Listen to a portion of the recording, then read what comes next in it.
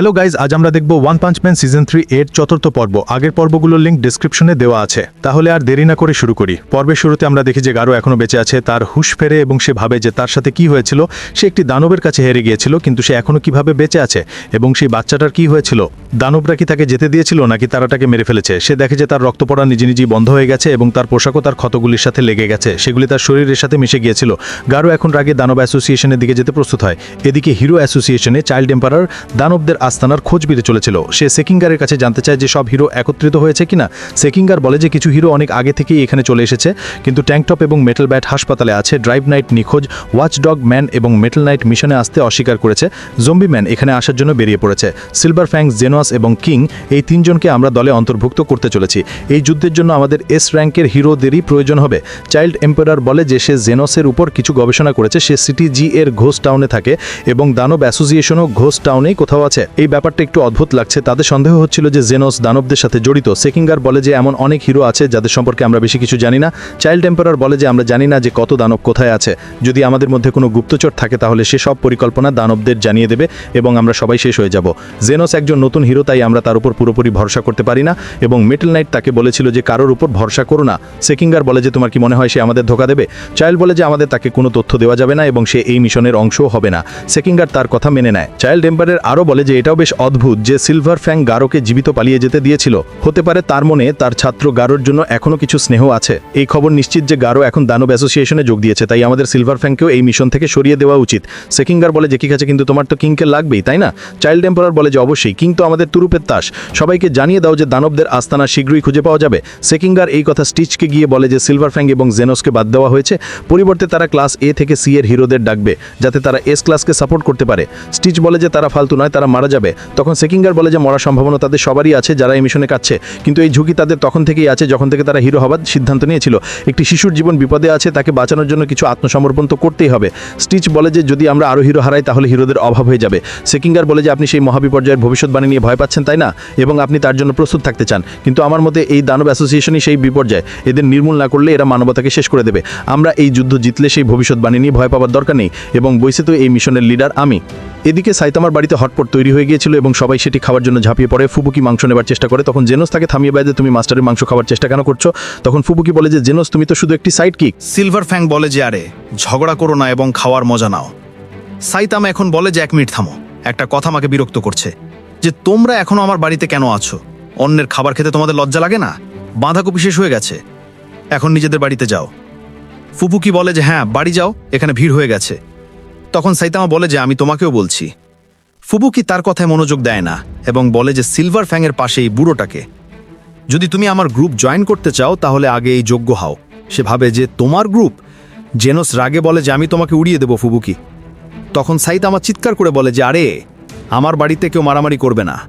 Doctor কুসেনো এটা দেখে খুশি হয় যে জেনসের এত বন্ধু আছে যাদের সাথে সে খাবার ভাগ করে নিতে পারে। জেনস বলে যে এই মহিলা আমার বন্ধু নয়।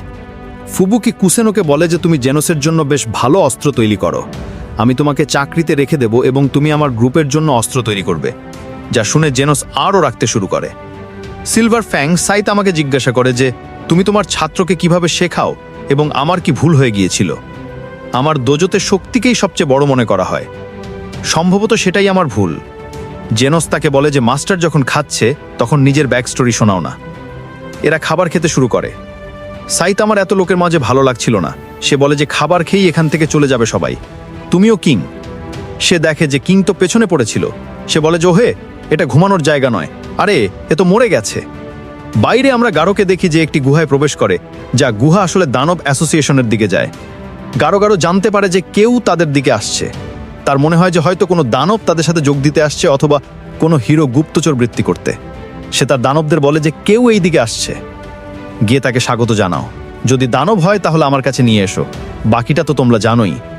পরের সকালে সাইতামা কিংকে জাগিয়ে তোলে যে তুমি খাওয়ার সময় অজ্ঞান হয়ে গিয়েছিলে, আমার মনে হয়েছিল তুমি মরে গেছো। কিং জিজ্ঞাসা করে যে বাকিরা কোথায় গেল। তখন সাইতামা জানায় যে ডিনারের পরই আমি তাদের তাড়িয়ে দিয়েছিলাম। জেনস মেরামত করাতে গেছে, কিংও এখন এখান থেকে যেতে শুরু করে। সাইতামা বলে যে যাওয়ার সময় সেই আবর্জনার ব্যাগটা নিয়ে যেও এবং আবর্জনার ক্যানে ফেলে দিও, ওটা এখান থেকে কিছুটা দূরে আছে। কিং এখন এখান থেকে যেতে শুরু করে। কিং ভাবে যে আজ তো ভালো ঘুম হয়েছে, কত শান্ত সকাল, লোকজনের এবং গাড়ির কোনো শব্দ নেই। এটা ঘোস্ট টাউন। যেখানে বেশিরভাগ দানব দেখা যায়, যে কারণে লোকজন এই এলাকা ছেড়ে চলে গেছে। কিন্তু কিংয়ের সামনে তো এখনো একটিও দানব আসেনি। হয়তো সাইতামা এখানে থাকে, তাই দানবরা ভয়ে এখানে আসে না। ইঁদুরের জায়গায় বিড়াল চলে এলে ইঁদুর নিজে থেকে অদৃশ্য হয়ে যায়, কিন্তু কিছু ইঁদুর গর্তেও লুকিয়ে থাকে। হয়তো দানবরাও কোথাও লুকিয়ে আছে। আমার তো ভেবেই ভয় লাগছে। কিং সিটিতে এসে আবর্জনা ফেলে এবং ভাবে যে এমন সময়েও লোকজন কাজে যাচ্ছে। সে দেখে যে তার বাড়ির সামনে দুজন লোক দাঁড়িয়েছিল। তারা দুজন কিংয়ের দিকে ছুটে আসে এবং বলে যে আমরা আপনারই অপেক্ষা করছিলাম, আমরা আপনাকে কোথায় না খুঁজেছি। এরা হিরো অ্যাসোসিয়েশন থেকে এসেছিল। কিং বলে যে আমার ট্রান্সমিটার একটি লড়াইয়ে ভেঙে গেছে এবং আমি গত রাতে সিটি জয়ী ছিলাম। তারা দেখে যে কিংয়ের পোশাক নোংরা হচ্ছিল। এগুলো নিশ্চয়ই দানবদের ছেঁড়া কাপড় হবে। আপনি নিশ্চয়ই সারা রাত বিপজ্জনক যুদ্ধ লড়ছিলেন, অথচ এগুলো তো হটপটের সবজি তার উপর পড়ে গিয়েছিল। তারা আরও বলে যে আপনি নিশ্চয়ই ক্লান্ত হয়ে পড়েছেন, কিন্তু আপনাকে অবিলম্বে হেডকোয়ার্টারে যেতে হবে। এদিকে নারিন কি ভাবছিল যে সে তার দল পাঠিয়েছিল, তাদের এখনো কোনো ফোন আসেনি। মনে হয় তারা সবাই ব্যর্থ হয়েছে। তাদের কাছে হাইটেক অস্ত্র ছিল। যদি তারা হেরে যায় তাহলে হিরোরাও কি করবে? সে এই কথা সেকিঙ্গারকে জানায় যে তার চিন্তা হচ্ছে। তখন সেকিঙ্গার বলে যে চিন্তা করবেন না, আমরা আপনার ছেলেকে বাঁচিয়ে নেব, হিরোদের উপর ভরসা রাখুন। নারিন কি বলে যে মেটাল ব্যাট এস র্যাঙ্কের হিরো, তবুও হেরে গেল, তাহলে আমি আপনার উপর কিভাবে ভরসা করব? আমি আপনাকে যত খুলি টাকা দিতে রাজি আছি, শুধু আমার ছেলেকে বাঁচান, আমি সবকিছু হিরোদের নামে করে দেব। তখনই হিরোদের দল এখানে আসে এবং বলে যে সেটার দরকার নেই। যারা দুর্বল হয় তারাই টাকার লোভে আসে। যুদ্ধের ময়দানে ভয়ের মোকাবিলা করার জন্য সাহসের প্রয়োজন হয়। টর্নেডো বলে যে তার চেয়ে বেশি শক্তির প্রয়োজন, তাই সবকিছু আমার উপর ছেড়ে দিন। অ্যাটমিক সামুরাই বলে যে আমাদের উদ্দেশ্য শিশুকে বাঁচানো, তাই আমাদের দলের মতো কাজ করতে হবে।